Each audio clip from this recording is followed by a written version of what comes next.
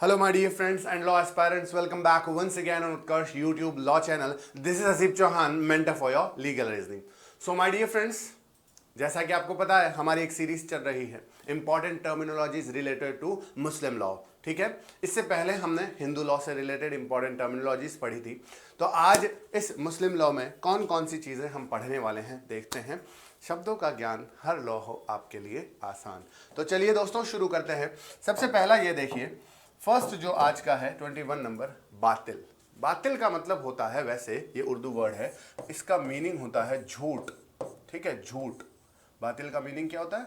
झूठ होता है।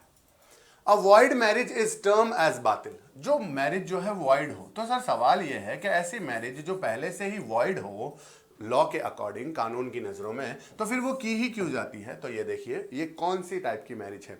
If the marriage is done under prohibited degrees it is void. तो हमें ये भी पढ़ना पड़ेगा प्रोहिबिटेड डिग्रीज क्या होती है।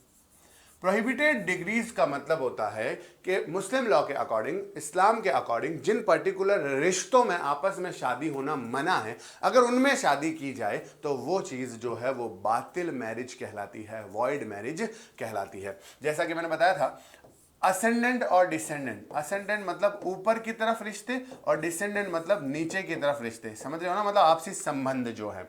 अब जैसे मान लो कि यहाँ पर बातिल मैरिज की बात करूँ तो जैसे कि अगर बेटी है, ठीक है, बेटी है, वैसे ऐसा होता नहीं है, बस उसकी डेफिनेशन दी गई है लॉ में।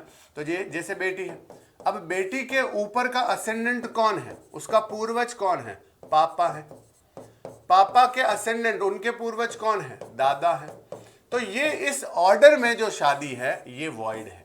ठीक है, इसी तरीके से डिसेंडेंट, जैसे ये वाला आ गया, दादा के पापा, पापा की बेटी, इस तरीके से वॉइड मैरिज कहलाती है। उसके बाद देखिए फासिद, एन इर्रेगुलर मैरिज। क्या मतलब होता है इसका?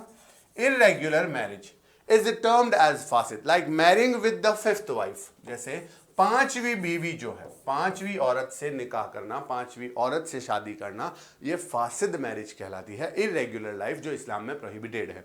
और विद अ वुमन अंडरगोइंग इद्दत। इद्दत जो वर्ड है उसका मीनिंग क्या होता है कि जिसका हस्बैंड की डेथ हो जाती है तो वो एक पर्टिकुलर टाइम पीरियड के लिए पूरा के पूरा पर्दा लेती है। पर्दा लेने का मतलब क्या होता है कि वो पर्टिकुलर औरत जिसका हस्बैंड की डेथ हो गई है वो ना तो अपने घर से बाहर निकलेगी और ना ही शादी करेगी। मतलब इस तरीके के कुछ बाउंडेशंस हैं जो उसको पूरे करने होते हैं एक पर्टिकुलर टाइम के लिए, वो इद्दत है। तो अगर पांचवी औरत से निकाह करना, शादी करना, या फिर जो इद्दत में है औरत उससे शादी करना, तो वो फासिद मैरिज कहलाती है। ठीक है, इसके लिए कोई प्लेस नहीं है। इद्दत ये आ गया। It means the waiting period. ठीक है, it is performed after the divorce or death of a husband by a woman to ascertain her pregnancy. ठीक है, मतलब इस पर्टिकुलर टाइम पीरियड में, इस पर्टिकुलर टाइम पीरियड में जो हस्बैंड डेथ हो गई है या फिर तलाक हो चुका है, तो एक वो इद्दत का पीरियड, एक वेटिंग टाइम पीरियड कंप्लीट करेगी। और ये असरटेनमेंट होता है प्रेगनेंसी के लिए। मतलब हाँ, ये साइंटिफिक है, आप इसको डिटेल में पढ़ना, वो चीज़ें हम इसमें डिस्कस नहीं कर रहे हैं, हम बात कर रहे हैं वर्ड मीनिंग की।